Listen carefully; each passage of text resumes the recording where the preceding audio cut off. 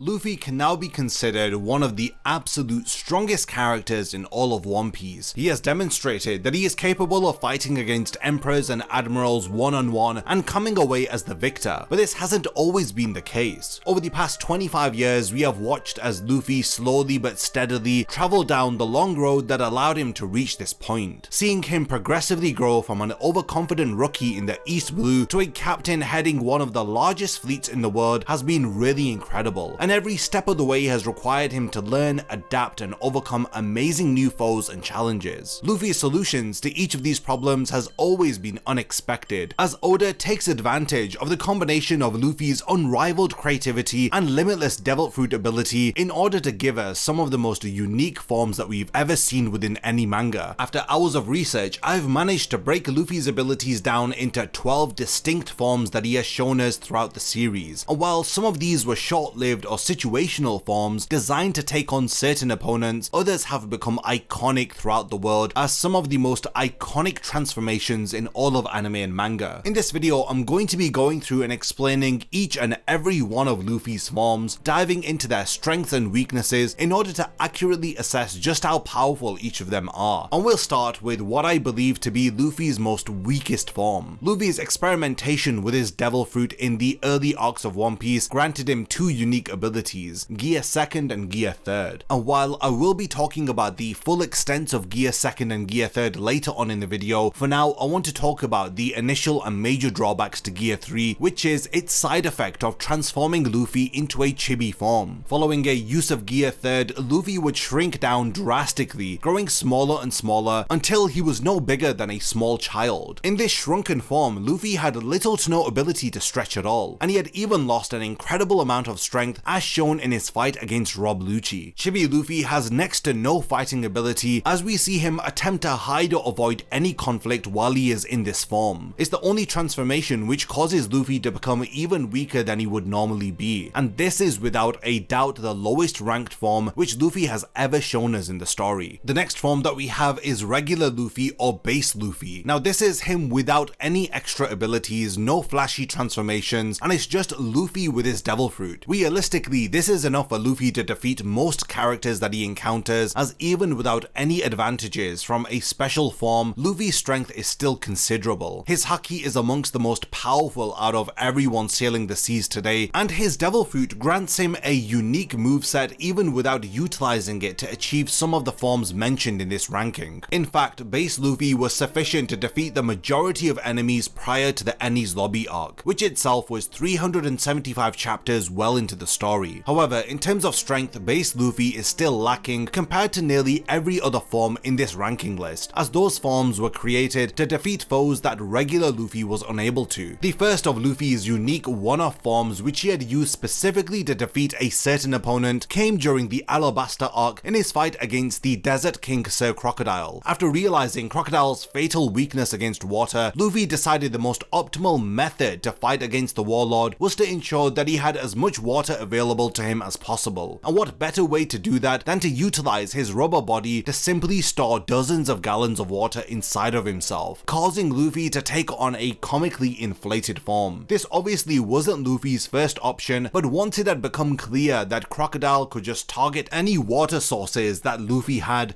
decided that the only surefire way to protect his winning weapon was to drink it all himself. Sadly, even this form wasn't enough to defeat Crocodile, as Luffy's large form made him far less mobile than before and ultimately unable to dodge Crocodile's grasp, which immediately absorbed all the water in Luffy's body. The only notable unique ability this form gave Luffy was the ability to launch balls of water out of his mouth in a way which resembled a water bullet, similar to what we have seen the fishmen use. Since this in no way makes up for Luffy's lack of agility though, it makes the form as a whole rather weak, although it did allow Luffy to last slightly longer against Crocodile than he had previously. Ultimately though, Luffy does manage to come up with a method to defeat Crocodile that didn't require the use of this form, making it overall pretty damn weak. Continuing with the theme of unique forms tailored towards certain opponents, we have what some may argue is the strongest form that Luffy has ever achieved, and it's none other than Afro Luffy. According to Usopp, who we all know is a reliable source of information, by wearing an afro, Luffy's wild instincts will be summoned, making his punches even stronger. We saw the evidence of this in in his fight against Foxy, where Afro Luffy not only had held up against one of the worst beatings he ever had received, but he had also managed to tear apart a giant robot mech which Foxy used against him. This form has effectively no drawbacks, while also giving Luffy a boost to his strength, charisma, and intimidation. And most important of all, Robin had found this form to be cute. Next up, we have one of Luffy's most iconic forms, one which has acted as the initial domino for some of Luffy's strongest abilities further down the line. We have Gear Second. Luffy's Gear Second transformation first appears during the Enies Lobby arc, as his answer to the unbelievably strong Rokushiki abilities which the agents of CP9 had displayed. The ability works with Luffy using his rubber power to speed up the flow of blood through his body, increasing the rate at which nutrients and oxygen are delivered throughout his body, thus allowing him to become far stronger and faster as a result. The ability is quite aptly explained by Rob Lucci as being similar to doping, with all of Luffy's fighting abilities being enhanced and improved. This even extends to Luffy's moveset, as the enhancements to Luffy's physiology allow him to use stronger versions of his previous techniques, something which had given him an edge in his fights during this arc. Despite the significant increase in strength, Gear Second is not without its downsides, because before the time skip where he had perfected it, Luffy only had a limited amount of time in which he could use Gear Second before his body had given out, and he was rendered essentially paralyzed. The quickest way to recover from this was to consume a considerable amount of food to make up for the nutrients that he loses while in this form. Following the time skip, Luffy managed to optimize Gear Second to only activate during short bursts, thus eliminating the issues that he had with this form. When combined with Haki, Luffy can also use Gear Second to activate his Red Hawk attack, which is an homage to Ace, as well as being an attack which had dealt a considerable amount of damage to Doflamingo. Overall, this is the first truly strong form which Luffy had ever created, which is why it takes its place here on this ranking list. At the same time that he had created Gear Second, however, he also had created another form, which is his Gear Third transformation. Unlike Gear Second, which focuses more on speed and overall fighting ability, Gear Third goes all out in order to enable Luffy to perform some of the strongest attacks that he was capable of pre-time skip. By blowing air into his body through his thumb, Luffy manages to inflate parts of his body to extreme proportions, with his bone density and muscle mass increasing along with it. And while Luffy does lose some mobility from his overgrown body parts, the increase in strength and size effectively turns his limbs into giant masses capable of causing an unbelievable amount of destruction, comparable to the feats demonstrated by giants. The choice to rank this ability higher than Gear Second is one that could easily be disagreed with, as the two forms are very different. Gear Third's immense attack power is far beyond what Gear Second is capable of. However, it is also mostly limited to a single attack, and pre-time skip comes with significant drawbacks of forcing Luffy into his chibi form, which, as we have established, is the weakest form that Luffy can be in. Since Gear Third is chronologically higher than Second though, I decided to place it above the preceding ability for the purposes of this list. The final of Luffy's lesser known transformations is the one that effectively combines the immense strength of Gear Third with the unparalleled speed of Gear Second, creating a version of Luffy that managed to overcome one of the largest creatures of all time, as well as one of the warlords of the sea. I am of course talking about Nightmare Luffy. Luffy achieved this form in Thriller Bark, where he captured 100 of Gecko Moria's purified shadows and absorbed them into himself, allowing him to gain their strength and experience, as well as growing his body to be multiple times larger and turning his skin blue. This form gave Luffy the strength to face off against Oz, one of the largest creatures in history, and come away as a victor. His speed also increased to unbelievable levels, with him saving Nami and Usopp from Oz without anyone even seeing him. As Luffy took on the skills of the shadows he absorbed, he also knew how to wield a sword in this form, making him even more dangerous. The only drawback of this transformation was its 10-minute time limit, at which point all of the shadows would revert back to their previous owners, something which Luffy was battling against towards the end of his fight with Moria. Even with that though, this form far surpasses both Gear Second and Gear Third. After Luffy had acquired the knowledge that he could combine the aspects of Gear Second and Third to maximize their respective strengths and nearly eliminate their weaknesses, Luffy had dedicated a significant amount of his time in order to train throughout the time skip so that he could create the multiple forms of Gear Fourth, the first form of which we see is Boundman. By coating his arm in armament haki before blowing into it, as he does for Gear 3, Luffy transforms transforms into an inflated haki-coated form that comes with a range of abilities. Amplifying Luffy's original rubber properties, this form is near impervious to blunt attacks by anyone not significantly stronger than Luffy. His speed, power, durability, and mobility all exceed his original capabilities by an order of magnitude, allowing him to fight foes that are far stronger than he would originally be able to. The most notable feature of this form is its bounciness, with Luffy being unable to stay still while it's active. This is a byproduct of this ability's main strength, with the bounciness extending to surfaces, opponents, blows, and even the air itself, giving Luffy an ability comparable to Soru. This form has minimal downsides apart from, as always, an initial time limit after which he is rendered defenseless. Of course, as Luffy became more adept at using this form, the time limit began to increase and the severity of the drawbacks had decreased. Now, the second appearance of Gear 4th in this ranking comes in the form of Gear 4th Tankman. So far, Luffy has only used this ability once during the Whole Cake Island arc in his fight against Charlotte Cracker. The reason for this is the unusual activation requirements for this form, with Luffy consuming a ridiculous amount of food in order to become so large that this form becomes possible. In this form, Luffy's defenses increase to an obscene degree, with attacks previously capable of harming him in his boundman form now harmlessly bouncing off of him. This increased size also increases Luffy's offensive capabilities compared to his boundman form, as the amount of compression that he can achieve increases by an order of magnitude. Interestingly, we have never actually seen the base form of Tankman, as Luffy himself refers to the form that he uses in the fight as his Manpaku or full stomach version. The final Gear 4th form revealed to us is Snakeman, which we had seen demonstrated during Luffy's battle against Charlotte Katakuri. Unlike the previous two forms, Luffy doesn't expand significantly, with only his limbs and shoulders seeing some slight growth. This lack of expansion means Luffy's defense is heavily lacking compared to his other Gear 4th forms, but this is more than made up for with his increased offensive ability. Using his observation haki, Luffy can use this form to bounce his fists off of the air mid-punch, essentially turning his blows into homing attacks which are able to chase down his opponents, and they get faster the longer they go. This also allows him to attack his opponent from multiple different angles, making it even harder for them to dodge. This form acts as the perfect counter to agile opponents who would simply be able to dodge Luffy's attacks if he were in another form, which is what made it so effective against Katakuri. In reality, each of the Gear 4 forms have their own strengths and weaknesses that make them applicable in different scenarios and against different opponents. The difference in strength between them is quite minimal, and now we've come to the pinnacle of Luffy's abilities that he has shown thus far, with the form which had broken the internet and had showcased that Luffy is more than deserving of the Yonko title thanks to the Gear 5th transformation that he achieves. Luffy himself called this ability his peak, the strongest form that he has ever shown battling against the strongest opponent that he has ever fought. Gear 5th is the ability which cemented Luffy's position as one of the emperors of the New World and had given him the right to stand alongside some of the strongest individuals within the world of One Piece. This form is the first in which Luffy uses his devil fruit, which in reality was actually the Hito Hito no Mi model Nika, as he showcases its power to its maximum potential. Now, with the ability to influence his surroundings, just like all other awakened devil fruits, Luffy turns the One Piece world into his own personal cartoon. I mean, any ability which lets you turn the strongest creature in the world into your very own jump rope naturally has to be considered as ridiculously overpowered, and that's without covering Luffy's final attack, in which he had blown himself up to gigantic proportions in order to go head to head with Kaido in one final blow to determine the fate of Wano. Other than an unspecified time limit on the ability, which may or may not decrease with further practice, this ability is essentially flawless, and it pushes Luffy's strength to an unprecedented level. While I don't personally believe we have seen the limits of this ability, what we have seen so far is already enough to be considered one of the strongest transformations in the entire One Piece world. Finally, at the top end of this video, we have the strongest form which we will likely ever see from Luffy, and it could quite possibly be the strongest character in the entire story of One Piece. We have Pirate King Luffy. At the end of the series, we can expect Luffy to finally achieve his lifelong dream of becoming the Pirate King, but to achieve this, it will require him to have surpassed the remaining Yonko, overcome the opposition presented by the Marines and the world government, and to defeat all of the challengers to the throne as he finally claims the One Piece once and for all. In In order to achieve all of this, Luffy would need to go above and beyond from what we have seen from him thus far, even surpassing the lofty heights achieved by Gear 5th. While I am personally doubtful over the existence of a 6th gear, there is no guarantee that Luffy has yet fully reached the limits of what Gear 5th is capable of, and that's without the Joy Boy and Sun God Nika connotations that are still quietly existing in the background. So we have now reached the point of the video where I want to hand over the discussion to all of you. Let me know what you think about all of Luffy's transformations